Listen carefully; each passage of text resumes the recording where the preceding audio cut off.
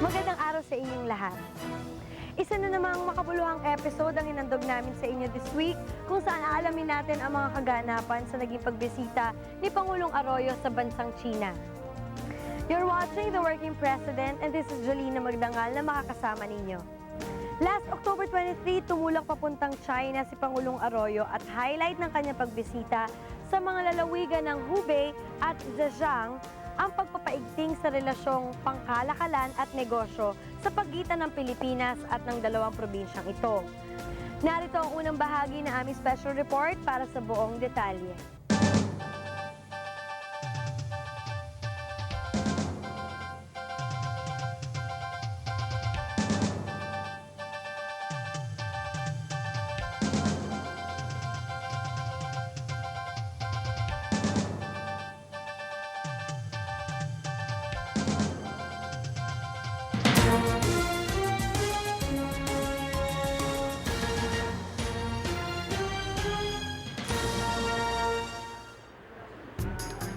Ito ang siyudad ng Wuhan sa lalawigan ng Hubei, ang 7th largest city sa People's Republic of China na may populasyong 8 milyong katao at ang pinakamalaki sa sentrong bahagi ng bansa. Ito ang unang destinasyon ng working visit ni Pangulong Gloria Macapagal Arroyo sa China bago daluhan ang 7th Asia-Europe meeting sa Beijing.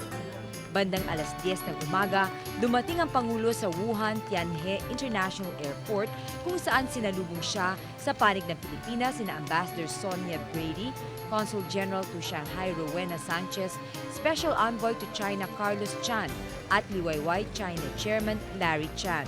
Mula sa paliparan, dumiretso ang Pangulo at ang Philippine delegation sa Donghu East Lake Hotel para makipagpulong sa Hubei Department of Commerce at sa iba't ibang leader ng business sector sa lalawigan. As we know, we are on our way to Beijing for the ASEM summit. But our bilateral relations with each other are very strong, mature and comprehensive, and so we decided that on the way to Beijing we would pass by Wuhan so we can see how we can further strengthen the relationship between our two countries. Bukod sa bilateral relations, layon din ni Pangulong Arroyo na palawakin ang trade relations sa pagitan ng Pilipinas at Hubei Province sa larangan ng investments. Bunsod na rin ang pamumuhunan doon ng kumpanyang Liwayway China ni Special Envoy Carlos Chan. Partikular na tinukoy ng Pangulo ang mga industriya ng automotive, tobacco and cigarette, garments, nickel and steel selling, fruit products, electronics and semiconductors bilang possible areas for joint projects at trade expansion. And I hope that this meeting will bring about an introduction between our business sectors so that they can network with each other and expand our relationship between the Philippines and Wuhan and Hubei, as the relationship between the Philippines and the whole China has been very, very healthy as far as trade is concerned. And what is very heartening to note is that the leaders of the private sector and business sector here were so appreciative that it was personally the President who called on them, and she mentioned very specific areas where there could be trade and economic relations directly with Hubei, the province of Hubei and the city of Wuhan. Sunod na nakipag-usap kay Pangulong Arroyo si Hubei Governor Li Hongzhong. Tinukoy nila ang agriculture, science and technology, tourism, mining, kabilang ang pagbebenta ng nickel and copper at education, partikular ang research and development bilang areas for cooperation sa pagitan ng Pilipinas at Hubei Province.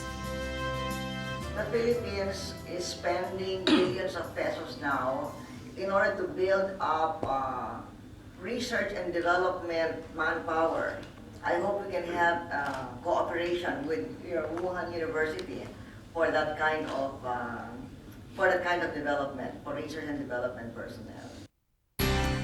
On a very light note, the governor said yesterday we had a very bad rainy weather in Wuhan, and the president's arrival here brought the so-called famous Gloria weather. We had a very sunny day, And he mentioned it. He said this is, I think, an indication of her power as a famous political leader of the world, according to the governor.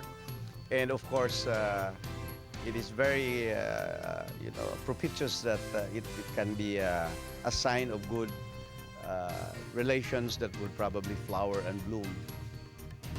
Masayang tinanggap ni Pangulong Arroyo ang balita ng Dongfeng Motor Corporation, isa sa nangungunang vehicle manufacturer sa China, ang unang shipment sa Pilipinas ng brand new cars sa darating na Pebrero taong 2009. Bukod sa brand new, mas mababa ang presyo ng mga sasakyang ito kumpara sa mga popular na car manufacturers sa Pilipinas, kung kaya't madali itong mabibili ng low-income earners. So you can, we welcome you to bring in this affordable vehicles, either completely built up or knocked down, because we have a very good assembly industry in the Philippines. Binanggit ng Pangulo ang dalawang paraan ng pamumuhunan ng Dongfeng sa Pilipinas. Una, yung pagbebenta ng brand new car sa bansa na abot kaya ng masa, nang sa gayon ay matigil na ang importasyon ng second-hand vehicles. Anya, karamihan sa mga bagong gawang sasakyan sa Pilipinas ay para lamang sa high-income earners, kung kaya't napipilitang bumili ng second-hand vehicles ang middle at lower class na nagre-resulta sa importation nito.